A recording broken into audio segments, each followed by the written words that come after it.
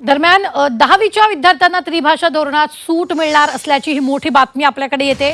त्रिभाषा धोरण सध्याच्या तुकडीला लागू नाही। 7वी ते 9वीच्या विद्यार्थ्यांनी सूट याच्यातून देण्यात आली आहे। तर सीबीएसईने त्रिभाषा धोरणाच्या अंमलबजावणीबाबत नवीन मार्गदर्शक तत्त्व जारी केले।